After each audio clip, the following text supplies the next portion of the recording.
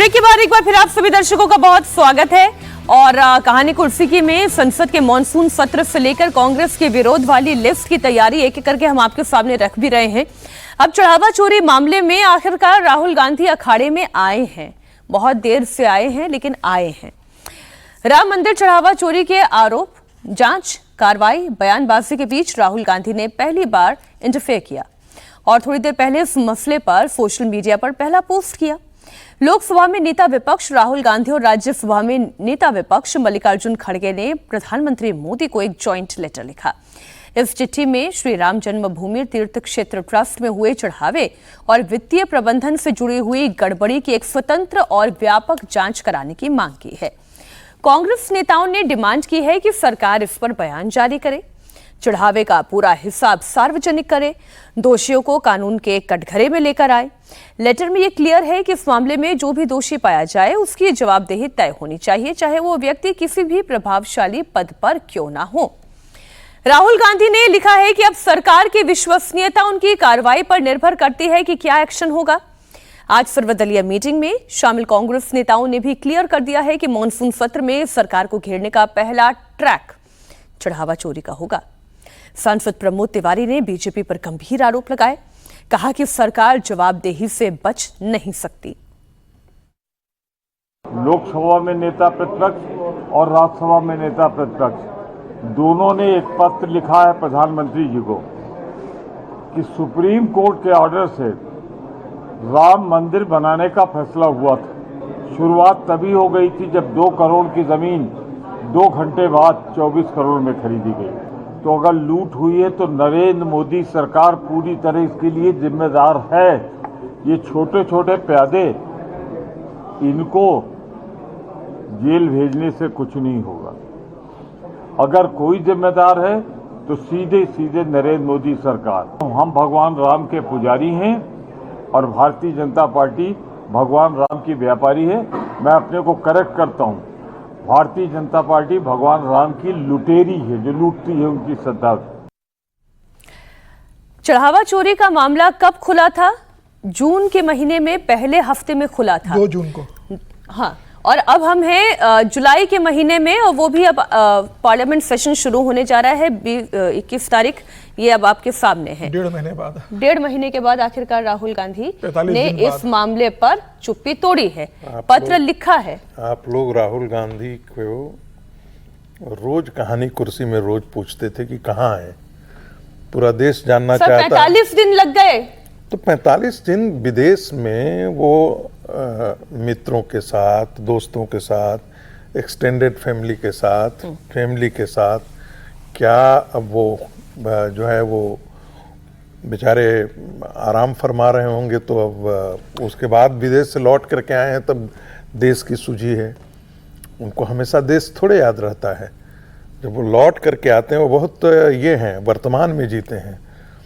वर्तमान में जीने का मतलब जब देश में होते हैं तब देश के बारे में सोचते हैं, जब विदेश में होते हैं तो विदेश के बारे में सोचते हैं। वहाँ के अब उसमें 1000 करोड़ रुपए का जिक्र का है। किसने बताया राहुल गांधी मल्लिकार्जुन खड़गे को 1000 करोड़ रुपए की चोरी हुई है? लेकिन ऐसे ही जब समाजवादी पार्टी वगैरह सब या आम आदमी पार्टी के नेता आरोप लगा रहे थे, तब उनके के खिलाफ मुकदमा गया। कहा कि भाई आप आइए, जवाब दीजिए, कितना है पैसा, कहाँ है पैसा, इसमें जांच होना चाहिए। जांच होने के लिए योगी आदित्यनाथ ने एसआईटी का गठन कर दिया। एसआईटी ने अपनी रिपोर्ट सबमिट कर दी। अभी फाइनल रिपोर्ट सबमिट मुझे लगता है आज या कल में ट्रस्ट को सबमिट हो जाएगी। उसमें गिरफ्तारी हो जाएगी। उन्होंने लिखा कि कार्रवाई होना चाहिए। 6 लोग उसके अंदर गिरफ्तार हो गए। ट्रस्ट ने पूरी जांच की है, ट्रस्ट अपनी रिपोर्ट कर रही है। और आप कह रहे हो 1000 करोड़ रुपए का जिक्र कर रहे हो। 1000 करोड़ की जानकारी आपको किसने दे दी कि वहां पर इतनी बड़ी चोरी हुई है? आप प्रधानमंत्री मोदी से कह रहे हो कि आप जांच करवाइए। भाई जांच तो चल रही है ना। तो मुझे लग रहा है कि राहुल गांधी मतलब नींद बेहोशी की हालत में थे। 1.5 महीने से उनको खबर नहीं थी कि क्या हालत हो रही है। तत्काल योगी आदित्यनाथ ने इसमें एसआईटी बताई। योगी आदित्यनाथ दोष का जवाब बात कर रहे हैं। तमाम एसआईटी के जवाब आ गए। ट्रस्ट के इसके मामले में जवाब आ गए। चंपत राय का उसमें इस्तीफा हो गया है। नए ट्रस्ट का गठन हो गया है। नए ट्रस्ट में महासचिव का गठन हो गया है। सीईओ के लिए एप्लीकेशन आ गई है। तमाम गतिविधियां तेजी से चल रही है। और राहुल गांधी आज नींद से जागते हैं क्योंकि कल पार्लियामेंट का सेशन शुरू हो रहा है। राहुल गांधी से कहा होगा कि आपका इस संबंध में एक भी ट्वीट नहीं है, तो उन्होंने कहा होगा मल्लिकार्जुन जी आप खड़गे साहब से कि आप चिट्ठी लिख दो, मेरे साइन पे नीचे ले लेना। तो राहुल गांधी की यह राजनीति और ऐसा लीडर ऑफ अपोजिशन लोकसभा में क्या प्रश्न उठाएगा, क्या राम मंदिर के ऊपर बोलेगा? लेकिन सर प्रश्न तो उठाएंगे और प्रश्न जमकर उठेगा। ये बात इसी लेटर से तय हो जाती है हर्षवर्धन जी कि ये तो मुद्दा सबसे पहला मुद्दा होने जा रहा है विपक्ष का, कांग्रेस पार्टी का कम से कम। नहीं, ठीक है, विपक्ष को तो मुद्दा जो भी है उसको उठाना चाहिए और वो घटना तो बड़ी दुर्भाग्यपूर्ण हुई थी, लेकिन ये तो सच है ना कि उस पर इस देश की जनता का जो भी आक्रोश था वो आया। न्यास को कार्रवाई करनी पड़ी। न्यास के महासचिव को 2 सदस्यों को, एक को इस्तीफा देना पड़ा, एक से इस्तीफा ले लिया गया। सरकार एक्शन में है, योगी सरकार भी एक्शन में है, मोदी सरकार भी एक्शन में है। जो नया न्यास बनने की प्रक्रिया है उसका एक तरह से कहें कि अभी पूरी तरह से भले नहीं हो, लेकिन इस बुधवार को ही मीटिंग है। हाँ। और ये जो सीईओ की एप्लीकेशन है, हालांकि मेरा उस पर थोड़ा सा अलग मत है, ये सीईओ वाली प्रक्रिया से कुछ लाभ नहीं होता है, मैं सीईओ के पक्ष में नहीं हूं, लेकिन वो भी एक सुधार के तौर पर देखा जा रहा है, तो सीईओ का भी आ गया है। और जो सबसे बड़ी बात, देश की जनता को यह स्पष्ट लगता है कि ये एक चोरी है कुछ लोगों ने की, जिनके खिलाफ कार्रवाई हो रही है, लेकिन इसको संगठित स्वरूप कह के कि हिंदू चोरी कर रहा है, ये खतरनाक है। और मैं फिर कह रहा हूं, ये वही वाली कोशिश है जो नाथूराम गोडसे गांधी जी का हत्यारा है, बिल्कुल दुरुस्त बात है, मैं भी कहता हूं हत्यारा है, लेकिन जैसे ही ये एजेंडा चलाने की कोशिश होती है कि वो हिंदू आतंकवादी, मैं उनके खिलाफ खड़ा मिलूंगा, ऐसे ही ये जो कोशिश की जा रही है ना, और ये तो अब जाहिर हो चुका है कि समय समय पर यह कोशिश की जाती है कि हिंदू को गलत तरीके से दिखाया जाए। अरे भाई, जिन लोगों ने चोरी की उनके खिलाफ कार्रवाई हो रही, और कौन से ऐसे धर्म स्थल में या ऐसे स्थान पर चोरी नहीं होती है और जहां लोग पकड़े जाते हैं उनके खिलाफ कानूनी कार्रवाई। तो ये चूंकि राम मंदिर है इसलिए विवाद ज्यादा है। तो ये हालांकि राहुल जी, ये देखा जाए कि मांग जो ये कह रहे हैं कि भाई स्वतंत्र जांच होनी चाहिए, अभी जो जांच हो रही है जिसमें एसआईटी और पुलिस भी दोनों जांच कर रही है, तो इसके बाद फिर एक स्वतंत्र जांच की ये मांग, सरकार तो क्या सुनेगी नहीं सुनेगी, लेकिन जब ये खुद ये मांग उठाने में इतनी देरी कर रहे हैं तो जनता इनकी बात कितनी सुनेगी? जेट लैग में लगता है, क्योंकि ना हुजूर आते आते बड़ी देर कर दी आपने। Jet lag. और दूसरा ये भी है कि पता नहीं प्रभु राम उनका जो ये विरोध है इसको रजिस्टर भी कर पाए होंगे कि नहीं। बहुत सारा विरोध तो ऑलरेडी हो चुका है इस मामले में। जैसा कि बात है, गंभीर मुद्दा है, जांच होनी चाहिए और इस तरह की जांच होनी चाहिए कि लोग जो अनुयायी हैं प्रभु राम के, उनकी सेटिस्फेक्शन के तौर पे ये जांच होनी चाहिए। और दूसरा ये भी बात है कि जहाँ तक न्यास की बात है उसको भी इसी तरह से गठित किया जाना चाहिए, चाहे जिस तरह से भी हो, कि जो लोग जो प्रभु राम में आस्था रखते हैं उनको लगे कि अब जो ये न्यास है इसमें इस तरह की राहुल गांधी, मैं इसलिए आपसे पूछ रही हूँ सर, ये राहुल गांधी अब जाकर बोल रहे हैं, इससे जनता इन्हें सुनेगी या नहीं सुनेगी? प्रभु राम ने ही रजिस्टर नहीं किया होगा इनका विरोध, तो जनता तो। लेकिन उद्धव ठाकरे जो कह रहे हैं मुझे वो लगता है कि न्यास गठन से पता नहीं सब बड़े होशियार ही लोग होंगे वहां पे, लेकिन न्यास के अंदर संतों का ही होना चाहिए दखल। लेकिन एक एग्जीक्यूटिव कमेटी हमेशा एक न्यास के अंदर बनाए जाने की संभावना रहती है, और वो एग्जीक्यूटिव कमेटी फाइनेंस से लेकर के उसकी सारी डॉक्यूमेंटेशन से लेकर के सारी चीज़ें करें।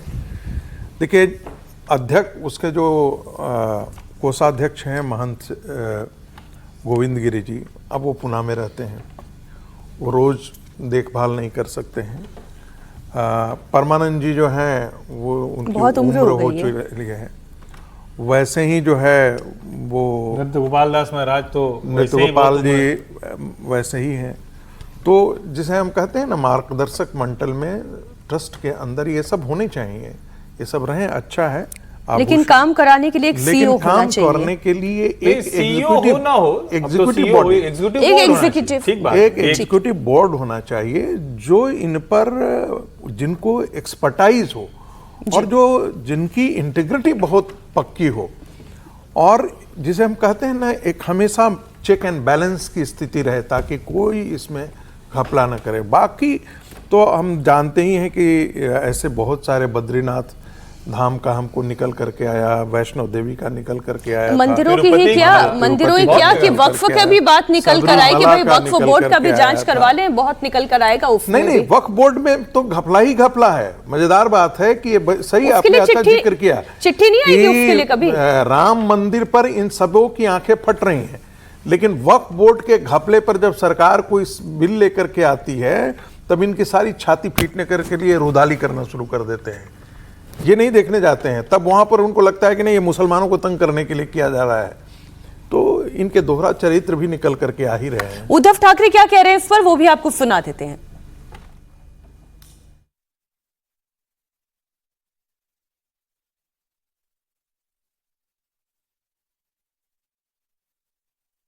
भाजपा की सरकार ने जो ट्रस्टीज को उस ट्रस्ट बोर्ड पे लाया था, उन्होंने राम मंदिर की चोरी की है।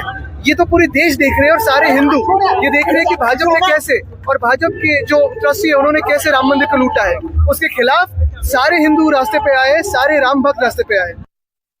तो ये आदित्य ठाकरे कह रहे हैं, और इस वक्त उद्धव ठाकरे भी जो कर रहे हैं, महाराष्ट्र में राम रक्षा स्रोत का पाठ होने जा रहा है। तो कांग्रेस मॉनसून सत्र में सरकार को घेरने की तैयारी कर रही है राम मंदिर के नाम पर।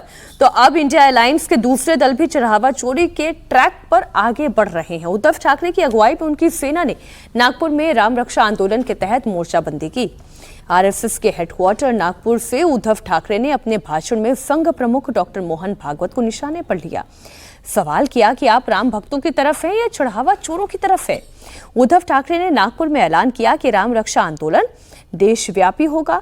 महाराष्ट्र के अलावा अयोध्या, काशी समेत पूरे देश में आयोजित किया जाएगा। अब समीर जी, राम रक्षा आंदोलन होगा और उद्धव ठाकरे इसका नेतृत्व करने जा रहे हैं। देखिए, उद्धव ठाकरे की तो राजनीतिक मजबूरी है राम का नाम लेना। अब उद्धव ठाकरे के पास जब उन्होंने देखा कि जब उनके पास सरकार थी, सत्ता थी उनके पास, तो तब उन्होंने राम से समझौता किया और रहीम वालों के साथ चले गए। जिनको वोट मुसलमानों के चाहिए थे, उस वोट के लिए वहाँ चले गए।